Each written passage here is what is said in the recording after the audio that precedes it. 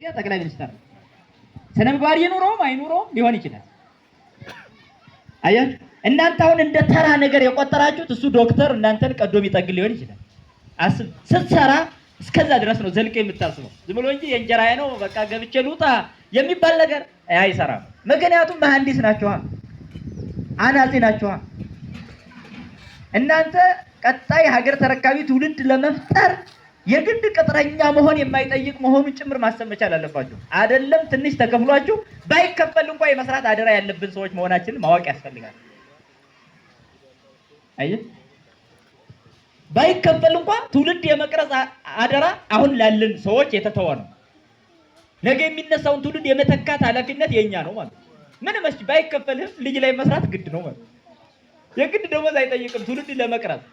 ምክንያቱም ሀገርን የሚረከብ ለመቅረጽ ደሞዝ ከጠየቅ ቢሰጥህም አትቀርጽም። አየህ ለውጥ የሚባለው ከራስ ነው ማለት ነው የሚጀምረው።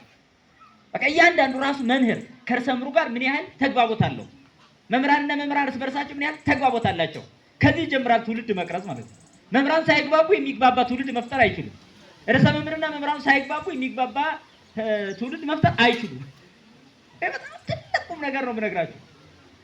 ዝም ብለን አሁን ሰዓት ይሙላልኝ ብሎ ገብቶ መውጣትና አንጨቶ መውጣት ሳይሆን ለውጥ የሚያመጣ ስራ የሚሰራ መምህር ያስፈልጋል ማለት ነው። ለአይምሮዬ ብሎ የሚሰራ ለህሊናዬ ብሎ የሚሰራ ነገ የኔ ልጆች ከነዚህ ጋር ነው የሚኖሩት። የኔም ልጆች ለውጥ የሚያመጡት እነዚህ ለውጥ ሲያመጡ ነው። እኔ የምሰራው ለአይምሮዬ እንጂ ለደሞዜ አይደለም የሚል ሰው ያስፈልጋል። አያችሁ ለደሞዝ ብላችሁ ከሰራችሁ አጥፉ ብትባሉም ታጠፋላችሁ። ገንዘብ ተከፍሏችሁ አያችሁ። በነገራችን ላይ ማለት በገንዘብ ልኬት የሚሰራ መልካም ስራ የለም። በነገራችን ላይ መልካም ስራን የሚለካ ገንዘብም የለም። እሱን በጣም እንድታስቡ ፈልጋለሁ። እዚህ ያለው ሁሉ ምን እንዲያስብ ፈልጋለሁ መሰላችሁ? ለውጥ ላይ የተማሪዎች ያስተምሮ ሂደት፣ የተማሪዎች የለውጥ ሂደት፣ የተማሪዎች ውጤት ተኮር አሰራር ከመምህራን ከርዕሰ መምህራን ሁሉም ጋር ያለን ተግባቦት ጤናማ እንዲሆን ይፈልጋል። አንደኛ ሰላም ይሰጣል። በቃ ራስህ ሰላም ነው የምትሆነው ፍቅር ካለ ማለት ነው። ፍቅር ከሌለ ክላስ መግባት ያስጠላሃል። እንዴት አድርገህ በቃ ሰላም ዋላችሁ ማለት ራሱ ያስጠላል። ልጆች እንዴት አላችሁ?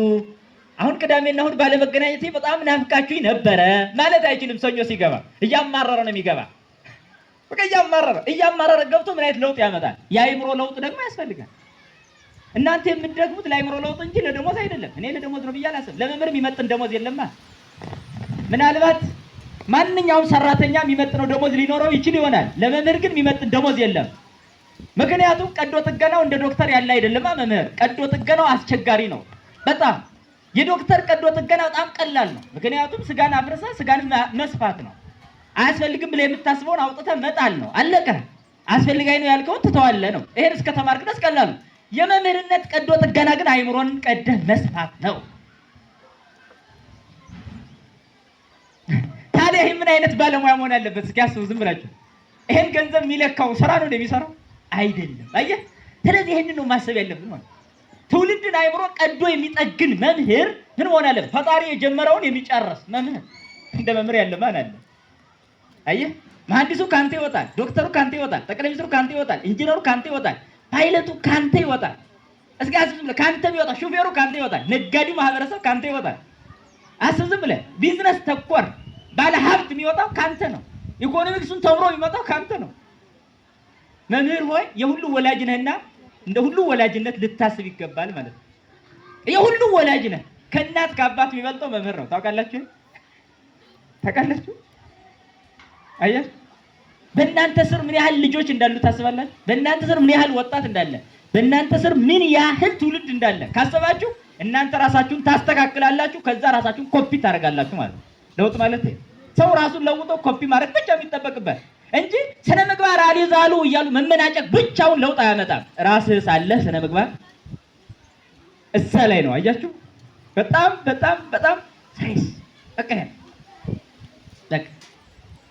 አያ መሰረታዊ ነገር በቃ መሰረታዊ በቃ ፓወር ኦፍ ማይንድ የአይምሮ ኃይል ነው። በቃ ትልቁ ስራ የሚሰራው።